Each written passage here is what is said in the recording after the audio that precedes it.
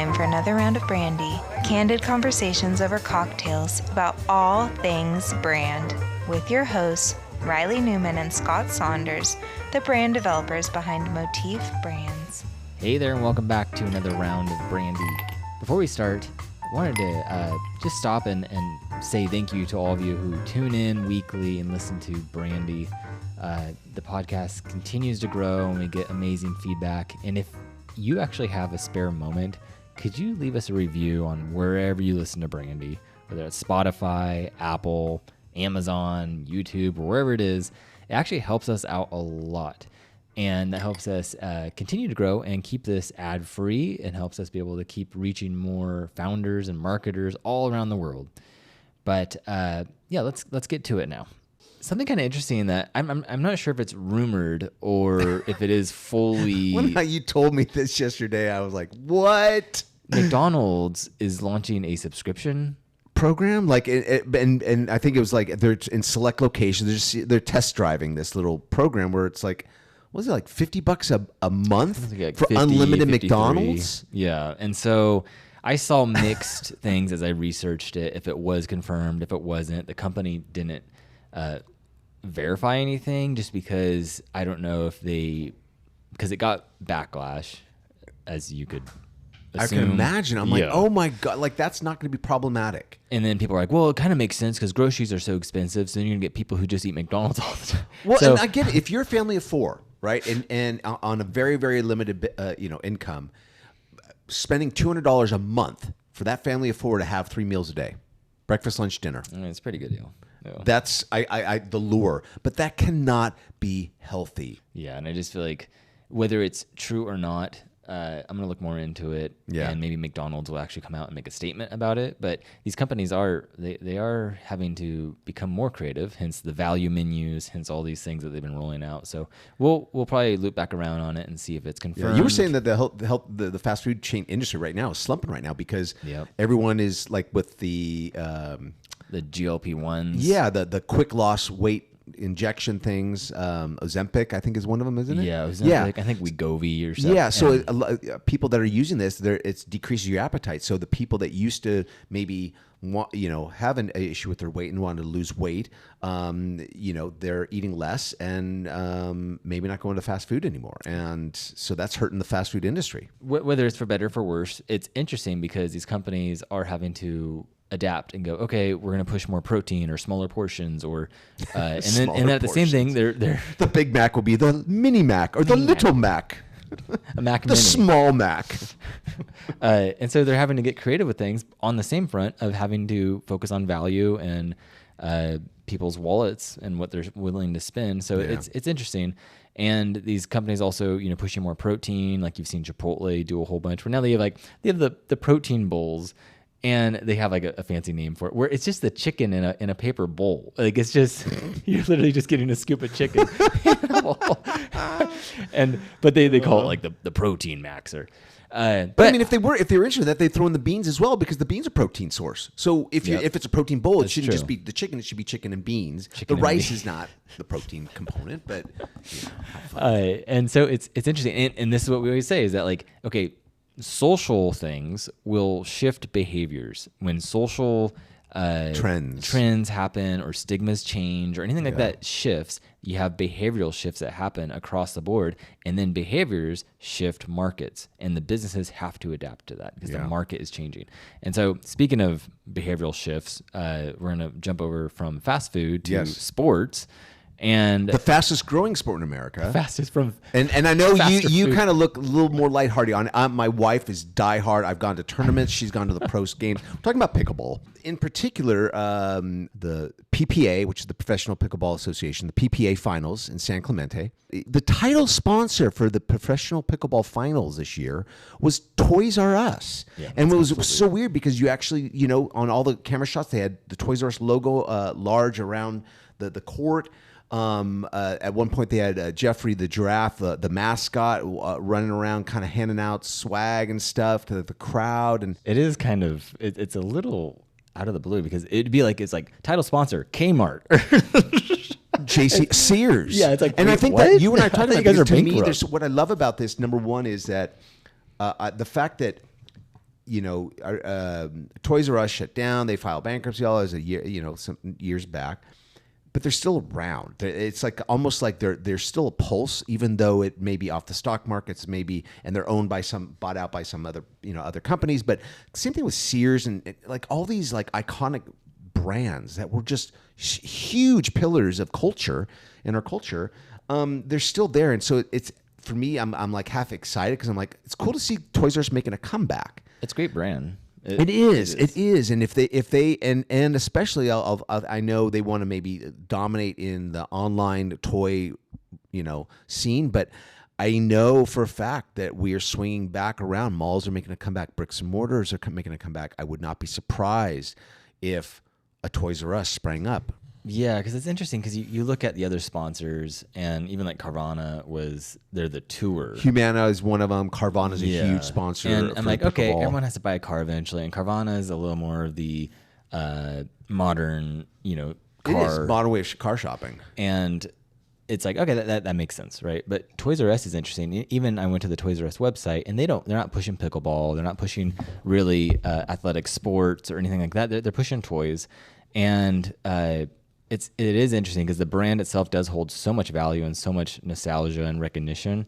And the company that bought up Toys R Us did also buy up Babies R Us, which that's an extension of the brand. Yeah. And it's clever because you look at how they're maybe kind of trying to formulate their success with this is by going, okay, they have Toys R Us. And then I found out that they were also, it's called WHP Global is the parent company that owns them. They also have another brand called Lodo, and they're an active wear company, and they have involvement in pickleball already, and they were sponsoring some of the teams and stuff like that.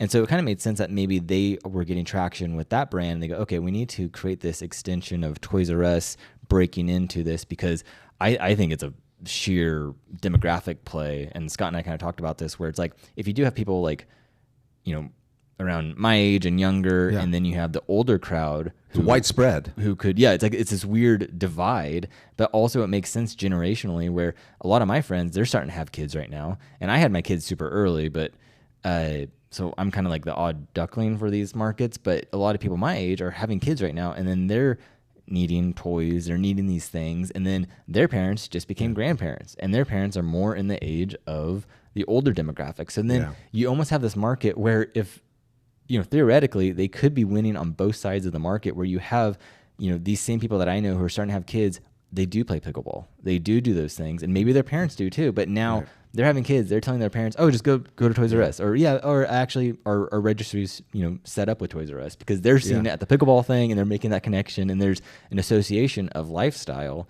And it could be very, very like strategic and smart. And what's interesting with their brand is, if you look at what they sell, right, it's not a limited market either. But if you're buying a toy, and the toy could be everything from a obscure Pokemon thing to a video game to a Barbie doll to a motorized Jeep, the kid can drive around in the driveway or whatever, Toys R Us has it. Yeah. And to me, it's almost like they're going the opposite direction that we've been seeing Walmart and Amazon go, where, for the last 5 years, Amazon's been pushing their gift catalog around the holidays and going more that direction. And then Walmart started upping their ante, where then they started pushing the whole America's Toy Store, and they were pushing that kind of messaging. And they were making their gift catalog like how it was when I grew up, where it was like this thing that came and you just like drooled over it for a couple months and then you circled things and had that whole thing. But they're having to push that because those brands represent so much more than just toys. So they're having to educate, versus Toys R Us is already positioned in the toys, category. So now all they have to do is just raise awareness and make that connection of, oh no, Toys R Us is still around. It still represents this. And I think toys in general, you're getting a resurgence of that toy kind of, the toy world kind of like vibe. There's something to be celebrated about that because it's getting kids out and back into the tangible world of play.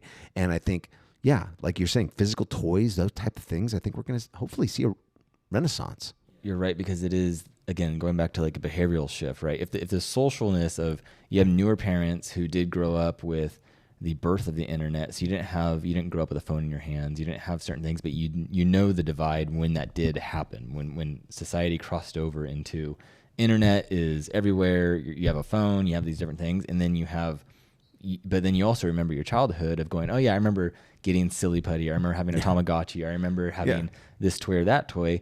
And you have kind of these two worlds you're playing in, and then you're wanting that for your kids. And I think that's why you've seen like Labubus take off. You've seen Tamagotchis come back around. You've seen even my daughter's got this thing from Disney, and it opens up like a clamshell, and it does the flickering lights where then it makes pictures with it. So it's there's no screen, and it's interactive, and it's really cool. And I was like, the whole toy of it is completely tangible. It's completely like, it's not just a screen. Yeah. And I was like, wow, that's really cool to see that kind of coming back. And they're integrating, smarter chips into it and everything. But it's cool to see kind of that, I guess, the toyness coming back around. And I think that's going to probably be the next, shift on a lot of fronts.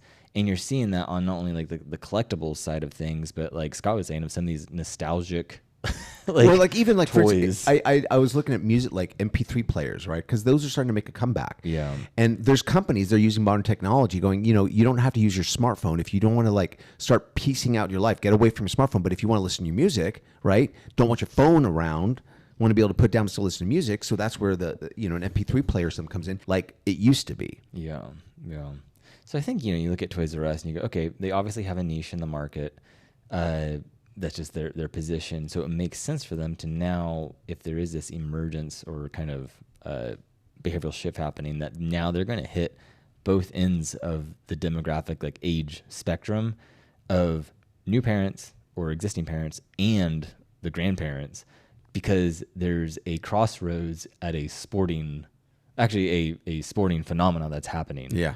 And it's growing and getting tons of funding now. It just got like $1 billion injection by a couple capital funds. So this thing is it's blowing up. Yeah, it's going to keep going. And so it may be an incredibly smart move by them, and they're just seeing this wave and getting on it and going to ride it all the way to the bank. Yeah, and that's the thing that I think that what shook me was that it was, Toys R Us was stepping into the arena of the public eye again, but they were hitting it hard. Title sponsorship, It sounds weird, right? It sounds weird for a toy company to sponsor a sporting event, but it's also like I applaud that they've recognized, okay, this audience, their lifestyle is putting them in this certain spot, and they're going to where their audience is. They're not waiting for there to be, they're not like going to like a toy convention, right? Or like, exactly. They sponsored, Toy Con or something like that. It's yeah. like, no, they actually went somewhere where it's unexpected and it's very interesting, where, okay, you're getting this crossroads, and there could be a very interesting intersection for them to take advantage of. Yeah, again, it's the brand, just like if you have a brand and you're able to connect with your audience, you don't have to do it so obviously and so directly by going, here's what we sell, here's what we buy this, you need us, you want us, like it can be you share a common interest, and that's where we've talked about building that emotional connection with your audience. So in this sense, Toys R Us being present but not shouting. They didn't have commercials. We were watching the broadcast and commercial breaks. There was no Toys R Us commercials. It was one of those things that was more like their logo, their brand was there, and they had the title sponsor, but it was like they're celebrating pickleball and the audience is celebrating pickleball. And in the end, it's kind of like, remember that. Like it's almost like in the back of your brain, you're going to remember that alignment. And, if you're shopping for toys, you might go to toysrus.com. Well, and oddly, as we wrap up, the contrast might have worked in their favor, where just like Carvana and some of these other brands, they kind of all blend in because you kind of expect them. It's the same ones you see on the NBA court. Chase. I mean, it kind of comes with the territory. But it feels very one note almost. And I think Toys R Us doing this did stand out to a lot of people, whether subconsciously or consciously. Like I even saw someone post on social media. That's right. Can someone explain to me why Toys R Us is sponsoring the pickleball the PPA finals? And it's, again, they did something that was bold and kind of Red Bullish, and it probably worked in their favor in a lot of fronts. Yeah. But we'll be back next week with another episode diving into some current topics about even what Google's doing on the front of AI and some of their naming conventions. So you don't want to miss that one as well. Absolutely. Thanks for listening. Cheers. Cheers.